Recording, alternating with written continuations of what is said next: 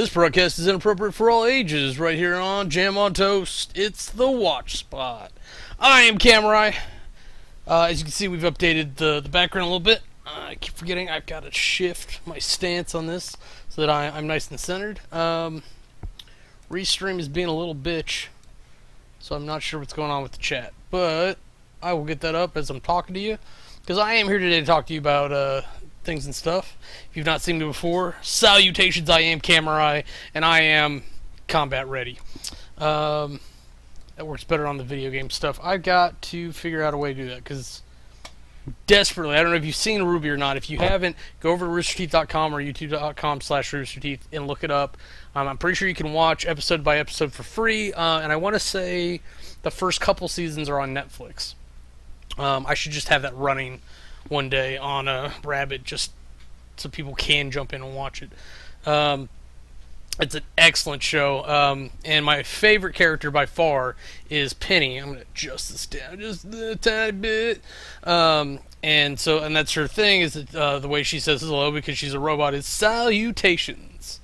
And I love her innocence and energy, and it's just great. And then her other little catchphrase is, I am combat ready.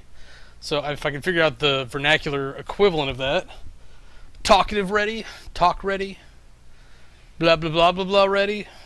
We'll see how it goes.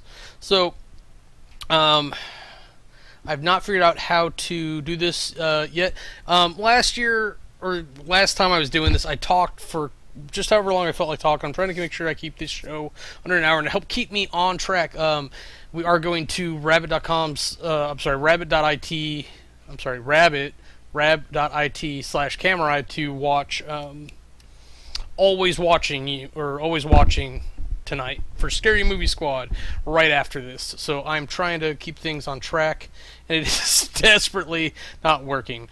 But I'm looking at my notes I put together for last time, and plenty of great things are showing up. I think Black Lightning has finally hit CW. If not, it is coming like next week, because the commercials are very insistent. I definitely want to check that out and see what it's about. But this past week or so, it was just Crazy Ex-Girlfriend and Riverdale, which I couldn't get myself to watch.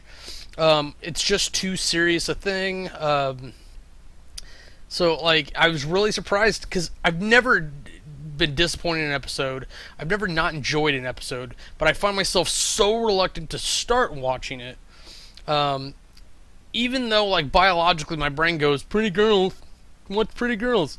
So, like, because you would think, like, even if, and the guys are handsome too, don't get me wrong, like, credit where credit's due. Everyone on the show's so pretty. It looks like it's right out of Hollywood. But decided to be in a whole town full of models. Like, I can't get myself to want to go watch the show, which is a really weird problem to have for a show that's so good. Or maybe I'm just being brainwashed. I'm not sure. But I definitely recommend the show, and it's really interesting to see that. But like Flash and Arrow, and don't have 100 back yet. God, I want that show. iZombie I could go for. I'm just looking over the CW list that I've got tracking.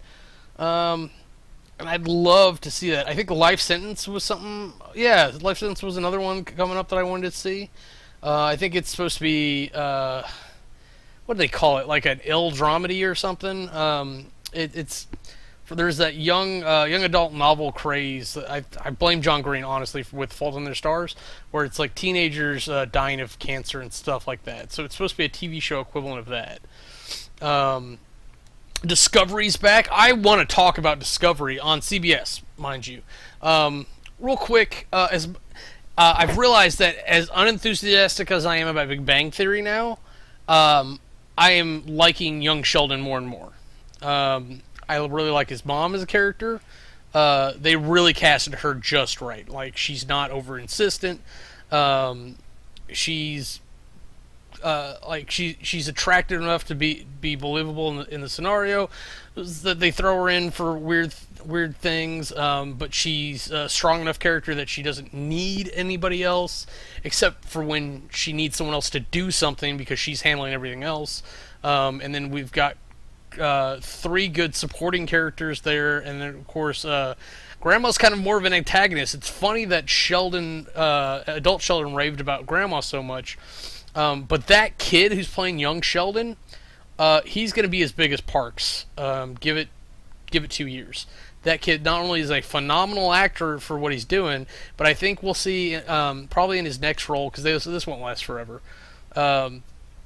We'll see him definitely branch out, and then as he gets older, as if he doesn't get the curse of the child actor, we'll definitely see him come into his own. I could see him being a Dakota Fanning level of actor. Granted, I haven't seen a lot from her lately, but she made so much money before she was 10 that I don't think she. I think she can choose to be picky about her work now and go to college and do the stuff that she wants to do to make herself better before her career. Why does this always get stuck on the green screen? I don't understand. I blame you, kitty. Okay. There, that way my head's not pulling down. But yeah, CBS just coming off their break. I was looking for the Monday night lineup, was not there this week. But Life in Pieces, Mom. I need to start breaking these up like that. What was the other one? Young Sheldon, Big Bang Theory. Nothing really special going on there, but Star Trek Discovery. Sorry, I kind of promoted or bait and switched that on you. Wishing there was something else on these other ones to talk about, but I'll come back around to that.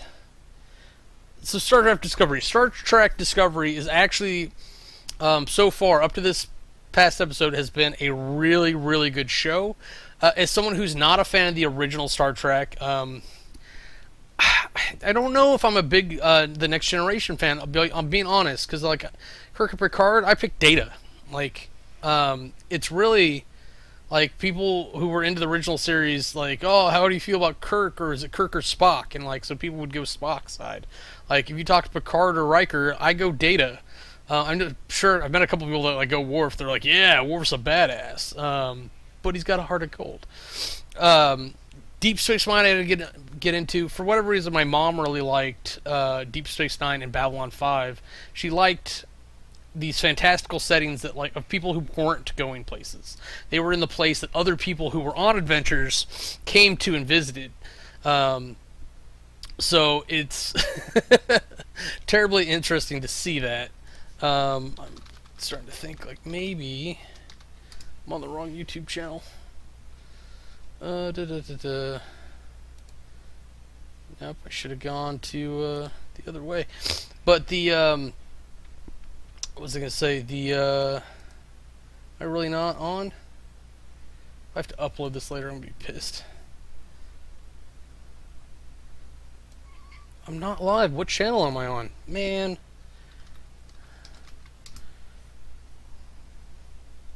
What did I connect to? I actually promoted this. That's the thing that's getting to me. I have no idea. Oh, technical glitch. I'll just upload it later. Fuck it. Rabbit people are gonna mock and shame me. What if I do this? So, but I liked Enterprise for some reason, even though it was the older technology. And I think a lot of people who I also like Voyager, but didn't like it, had problems with it in other respects. Damn it! Come on, Twitch, work. But I'm really liking this. I think it had a good premise with the coup and everything, and I really want to say that it was a lot of good decisions on there.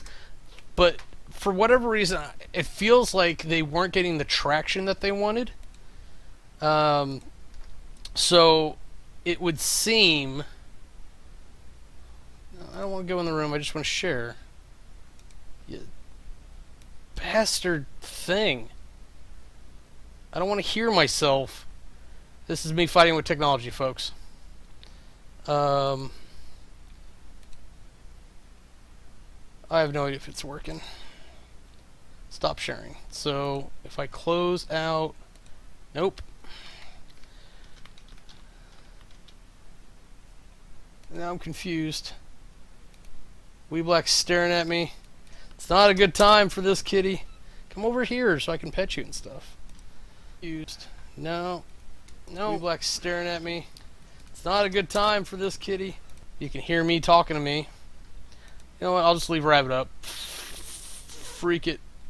Fruck. It's not a good time for this kitty. No, see, because then I can hear Rabbit. I don't want to do that. I'll just leave Rabbit up. Freak it. We are experimenting today. Not a good time for this kitty. No, see, because then I can hear Rabbit. I don't want to do that. I'll just leave Rabbit up. Okay, so I'd have to pull it up on the other computer. We are experimenting today, which I could do, but I don't know if I really want to. But that's something to think of for the future. In fact, we could play with it. But okay, so my point is, we've got all these great things in StarCraft Discovery. We've got the Spore Drive, which is a never-before-seen technology and never-seen-after technology. The problem with this is because it's technically a prequel to... Is it the original series still? I think. It's at least a prequel to Next Generation. So we know that technology doesn't exist by the time we get to Next Generation. So we know that we're going to lose the technology at some point, and it's already happened halfway through the season, which seems silly to me, that we would lose it so early. But it meets the expectations of doing it while surprising us. And I don't know, and we're still furthering the Klingon issues as well, because we're finally finding out about sleeper agents, and we're continuing hostilities despite expectations. So it is interesting to see that, like, during this wartime period, that we would actually be so invested. Invested in technology that would be lost. And like the Discovery even pegged out the Klingon cloaking technology. Now, cloaking technology is something the Klingons and the Romulans have, so it would be surprising that at no point none of their ships were recovered at all, and that... There we go, computer sound. That, like, no one else would have retrofitted it and been able to retro-engineer it and make it publicly available in the day and age. It's honestly very surprising. But at the same time, like, I think they wrote themselves into a corner, because, to be completely honest, I think they were fine. I think they had a good storyline going. I think they left off probably where they needed to leave off ultimately. But it seems like they rebooted the series in mid-jump. Now, I don't know what your experience is with things in general, but typically that's not a good thing to do. A mid-season reboot typically marks the failure of the series, or at least the perceived failure of it.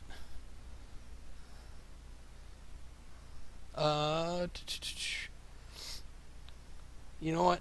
This actually makes sense. I think I may actually start using the other computer. Sorry, I remoted into the computer that's usually marking the big screen to see if I could share my screen to Rabbit. Next in line? I don't know what that means. Whatever. We'll see. So I think they just came up with like the most ridiculous scenario they could and went like, we'll jump them into another dimension, which I always hate, because StarCraft itself is based on the idea of being interesting. You shouldn't need to go to other worlds or whatnot, or other dimensions, to get something interesting out of Star Trek. Very basis of it being in space and being out in adventures and worlds. Oh, I'm out on We Are Movie Club. That's okay. I'll move it later. it should be enough to get you into it, and if not, I don't know what to do for you. I totally get that, and I totally understand that that's a thing that people are wanting. That like, hey, this just isn't working. But we have this huge conflict with the Klingons, and we've got to be able to move that along. But the way we're doing this now is by presenting another problem to slow the story down, and I just don't get that. Like, I don't get doing that. But hopefully, these writers seem clever enough that we'll see what happens with that later on. Meanwhile, I'm hoping that this reboot in the other dimension helps us establish more characters and more actors that are on the show. There's a lot of actors that are very distinct and very underutilized. In particular, Tilly, who is now going to be overutilized because she's now captain. And then on top of that, there is a lady on the deck that is like has a robot face. The first officer has been utilized properly. He's plenty good. But the how do I say it? The yeah, she's got like a robotish face, and I think she said like 2 lines. That's a lot of time and effort and makeup to put her on the show on a regular basis and not interact. The thing that was big with the original series, Enterprise, Voyager, and Next Generation is that the crew on the ooh, that's not good. Um, the crew on the ship on the bridge was a family. Even the Orville's doing it. Everybody on that bridge is regularly utilized. So they are heavily used, and to me, that's just a good use of resources. The other girl, they're both ladies that I've noticed, anyways. I know there's other people on the bridge, but the two that stand out because that was a lot of makeup and effort for that lady, and then the other one is the one who had her face kind of blown away, and she's got like cybernetic placements put in. And I saw her on the bridge when Captain Michael Burnham rolled in to the alternate Discovery or the alternate Shoujo's bridge. So like I know she's there. I know she's still. So I'm hoping that, like we see something from her, even if it's the alternate version. I'm hoping that's a setup to bring them more into light when we come back. Because right now everyone on that ship's an enemy. It's just how it is, and I'm really curious to see what they do with that aspect. So there is a lot to be able to do here. Streaming Tup, what's up, man? You having problems? I've been having my own problems tonight. I'm sorry if you can't see me, buddy. I can see me on the other computer that I'm remoted into, so I know Twitch is working. Streaming, man, tell me what you've been watching, if you've been watching anything. Web series are cool, too. So we covered CW, CBS, nothing really new on Prime that I've caught lately, but there has been a couple things on Hulu and Netflix. So, where do I start? Netflix. Hulu's built for TV series, so there is that going on. But Netflix is great. Like all of a sudden you'll see something out there and everything's out there. And Amazon Prime does it too, but it's far and few between. So the end of the fucking world, or effing world, if you will, it's totally confusing when you put a curse word in a title and then censor it. It's like you chose to put that curse word in there. Like it was a huge thing that killed the bitch in Apartment 23. Or Don't Trust the Bitch in Apartment 23, whatever that show was actually called. It literally had about 10 different names based on where it was advertising. And to the point where I think even Apartment 23 was one of them. It was a great show. It really had a lot going for it. And, man, I wish it had done better. Streaming, I'm glad you got good, buddy. This is, a world of the future and technology, and it's not always kind to us. I tried to share my cast over to Rabbit, and I just don't think it's happening.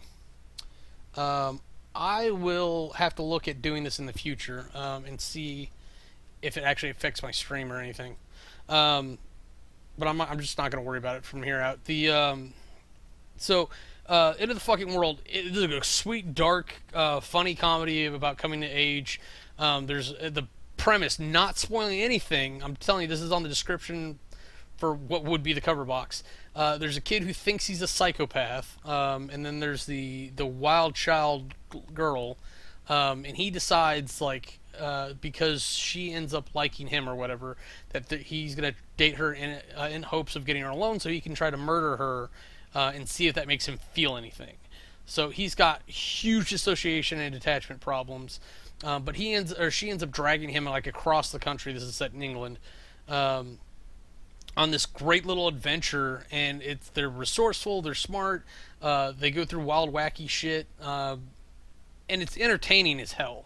Uh, I felt bad because there is um, a rather dicey scene that ended up being rabbit streamed unaware of my knowledge. It's like, oh, I'll kill 10 minutes. It happened to be that 10 minutes. And it's like, oh shit. Okay, so I think I scared off some people there. I do have a Discord, brother. I will get you that link if you would so like. It's not heavily used. Tweeting, hell, man, if you just tweet at We Are Movie Club, that might be the better route to go. But I'll put the Discord out there. That's fine. It's got to install some updates. Great. It shows you how often I use it on my computer. I usually use it on my phone. But I do have a server, and I don't know if We Are Movie Club has its own thing, because I think I had originally wanted to do a Discord for We Are Movie Club for those products, and like on Twitch, I did a server for Gaming Division on its own. I've considered doing it on Discord, but I just don't utilize it enough to make that distinction. So I'll probably take the same philosophy, and I'll just give you the one for HTKB. Invite people. Copy. I thought I'd set this to never expire. Whatever. Never expire. Copy. Oh man, here you go. I could use some bad movie candidates too. We have another product called We Are Movie Club. It's got its own YouTube channel. I'm sorry, it's its own channel. We've got a couple different products on there. One of them is Bad Movie Club, where I think if I don't have people suggesting things, I'm gonna go to theater mode from Achievement Hunter. I'm gonna rabbit cast those so I have a chance to watch them, and then I'll do reviews on that. Streaming, tell me if that didn't come through in the chat, because I can do it a different way. I don't know why. I guess I can just look. Yep, I can see it.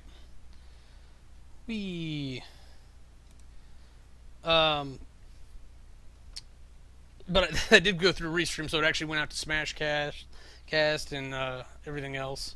Expired? I just did it. I just set it to never expire. Maybe when I set it, maybe I copied and then set it and it did things. So, never expire. I'm going to do it one more time. Could be the world just hates me. It's fine. So, we've talked about a little bit of Discovery, the whole end of the fucking world.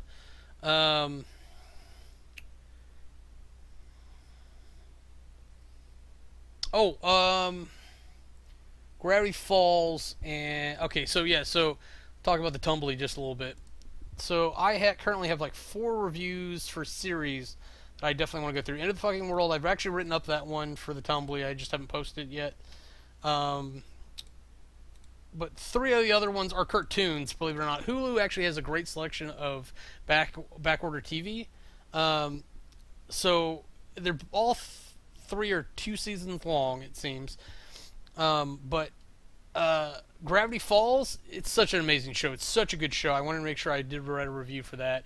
If I get motivated to actually do a video review for things, I'm probably going to do it on Gravity Falls first, and then probably Star vs. the Force of Evil. I don't care. I liked My Little Pony. It was a good show. I'm a brony to an extent, but I don't wear t-shirts. I don't wear little tails in my butt. Nothing like that. I just it's a good show. It's well written. It's well formed. It has good characters, and for an era where like there were not a lot of good kid shows, it was amazing. I'm now so happy to add Gravity Falls to that list, along with Stars versus the Force of Evil. It's literally about a magical girl princess and her adventures visiting Earth and taking her Earth buddy to other places as well. The catch that makes it so good is that there's this big overlying premise of all the evil and things that are going on in the world, or the universe, if you will, very similar to how things are happening in Gravity Falls. The shows are amazingly similar when you really look at it, but one of them is definitely written with a male character in mind, and the other one is definitely written with a female lead in mind. Granted, they both have opposite counterparts. When there's no, at least in Gravity Falls, there's no funny business between the main characters. Whereas in Star versus the Force of Evil, by the end of the second season, we're left very muddled about that, because there's just not time to explore what feelings mean. And I'm perfectly okay if it goes into a thing where I thought I had feelings for you, but I think I just love you so damn much. Because you can love people without wanting to make love, whoopee, bang, whatever you want to call it. Because that's how we work. We have that emotional capacity. So, both being that they're both kid shows and they're both kid characters, I think that's probably the more appropriate way to go. With any luck, that's what happens with it all. Man, I should probably look at that Discord too, make sure we have a. Man, I really. Oh, I forgot I had a rabbit channel. Screw it. Yeah, this is very much a gaming division thing. I don't invite people. I'm gonna go ahead and make a new channel if I can remember how. I'm not good at this. I can see how to make a new server. I can see how to create channel. We are Movie Club. There. So streaming, if you're still watching, brother, go ahead and throw your suggestions in there. I think that's probably the better way to do it. I'll figure it out later. It's better not to do some of these things on live streaming, especially since I've got to go in at least another 20 minutes or so. Because I definitely have an event later, but it's still not letting me rabbit cast. Very curious about this, and like I want to be able to stream myself, but little fappy, Jesus Christ, people. So, and I realized like I said almost nothing about Gravity Falls and Stars vs. the Force of Evil, but they'll definitely stand on their own. They all have interesting characters. They're all weird and wacky. I think Star's best friend, other than Marco, the karate boy from Earth, is a head or a bodiless floating pony head who has a unicorn horn. And then like that's where she gets the interdimensional scissors from that let her teleport from planet to planet. As far as I can tell, they're not actually dimensional scissors. They're portal scissors. I didn't write the show. I didn't decide what things are called. But it's got such lovely animation. It's got such good characters and stories, and like I can't recommend those shows enough. It's if you like the weird, wacky stuff, if you like supernatural, but you want something that's friendly enough for your kids, but still has a lot of deep stuff to it. Both shows I could highly recommend. A show that I have a little bit more trouble recommending, even though I find it really good. It is designated as a kids show. Is Invader Zim, which is what I'm going through now. To be completely honest, it's weird to recommend a show with its big nominal fact was that it's the same artist styling from Johnny the Homicidal Maniac, which was a comic back in the late 90s. He was actually a really good writer-artist, It took a while for some things to come out. He did a couple other things. I think it was Lenore and Squee were both titles of his, all done in that same wonderful little art style. And this was really a show before its time. Like they were really trying to do stuff that you can tell in certain things where it was digitally animated in 3D. With not in 3D modeling, but a 3D perspective, where you can see some of the objects are rotating slightly, or designed to look like they're rotating slightly. So if you get a chance, go to Hulu and check out Invader Zim as well. It's got like a Lovecraftian feel to it. It's all about this little alien who comes to Earth from Mars or wherever, and decides, or he's the one to take it over.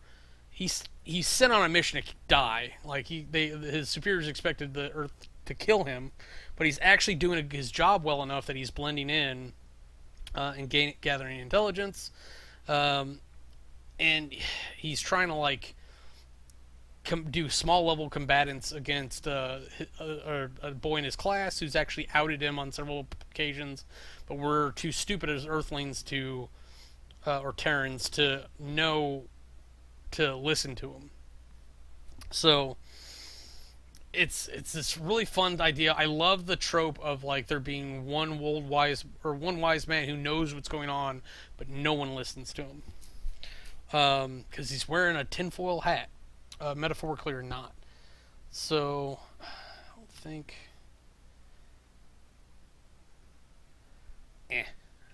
Rabbit.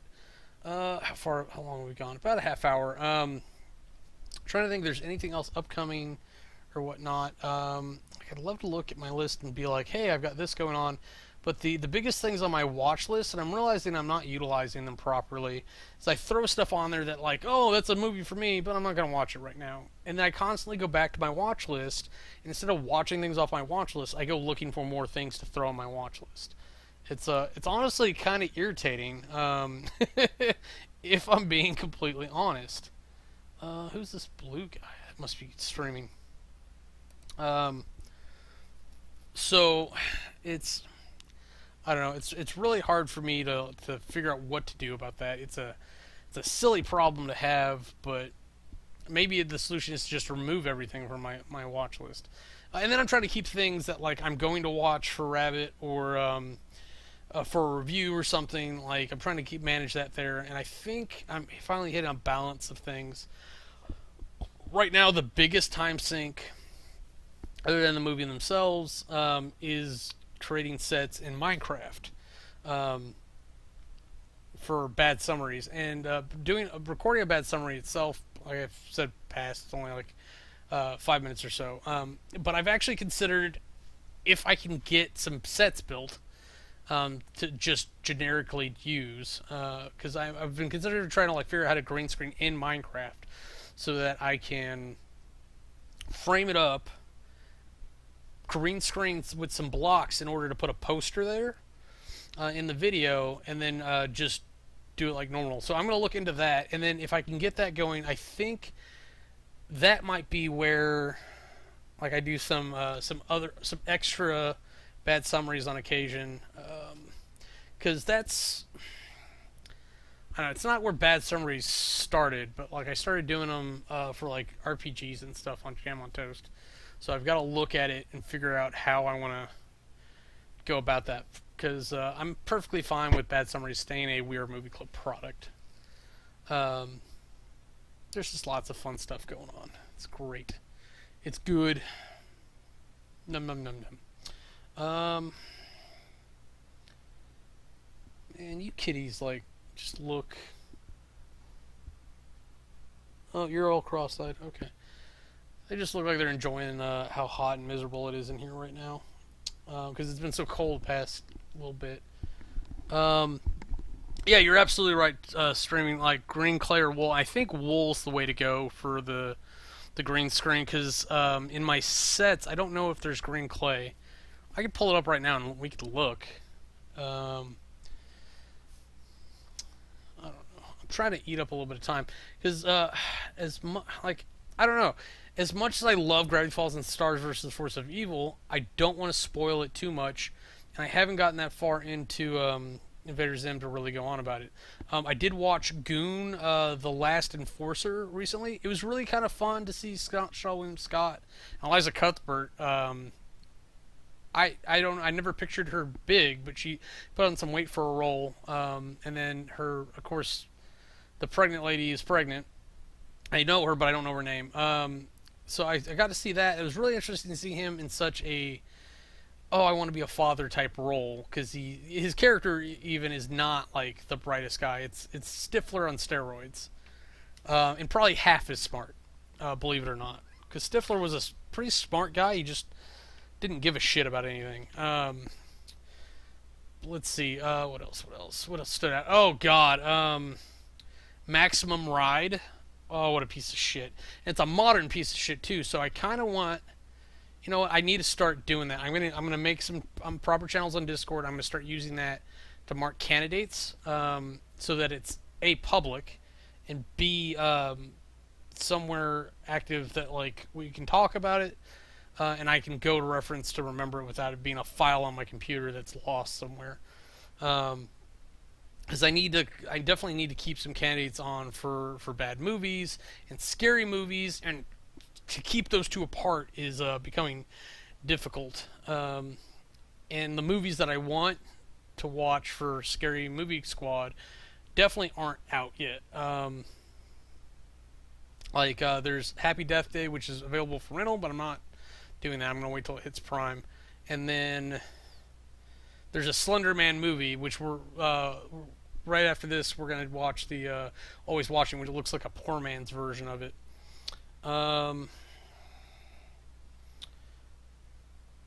But yeah, so Jam on Toast might be a good way to do a little things extra here and there without any real big commitment to anything.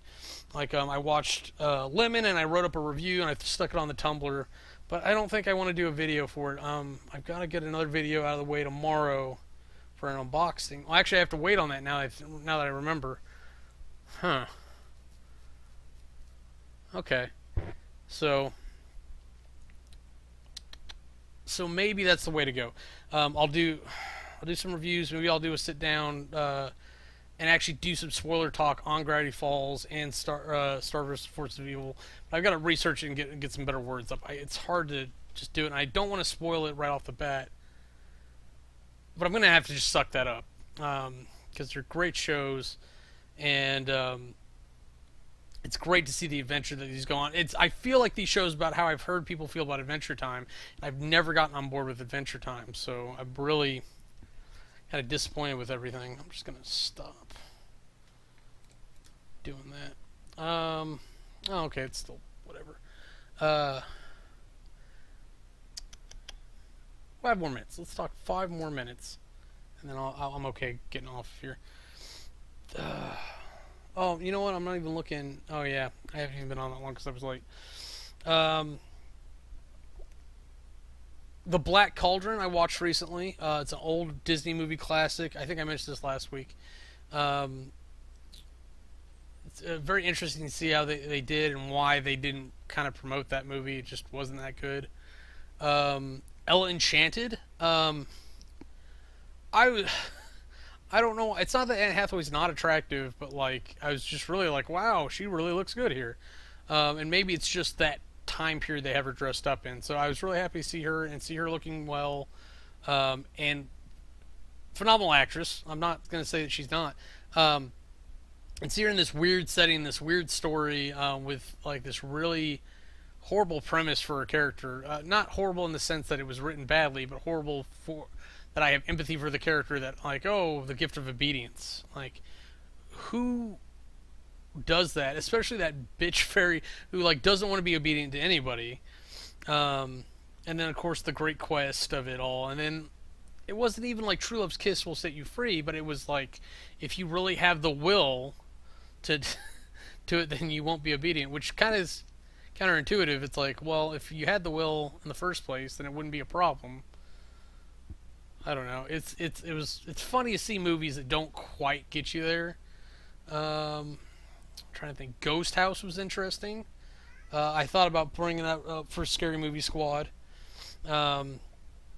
It's not so much scary as interesting, but like it definitely has a cool little monster and supernatural aspect to it.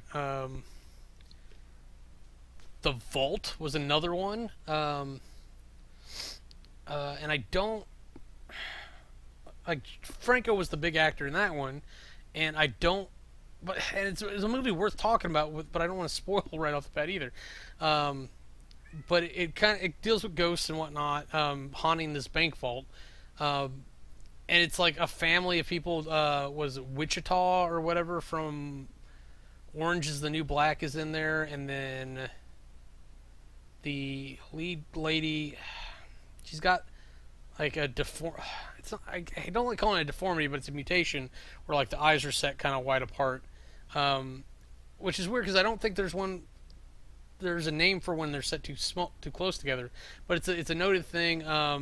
Supposedly Mila Kunis and Amanda Seyfried both have mild versions of it, and the girl from the Defiance, the main girl who was the alien, has it. Well, that actually may be her. Um, but it but I don't know. It's like it was just fun to like to watch part of movies and like fall asleep and then wake up and go, okay, I don't want to watch these because I'd like to watch them again for whatever. And I ended up finishing them anyways, just because I kind of want to see where they went. But oh man, like I like I like modern movies that just don't quite make it too. Like I think that those are good things.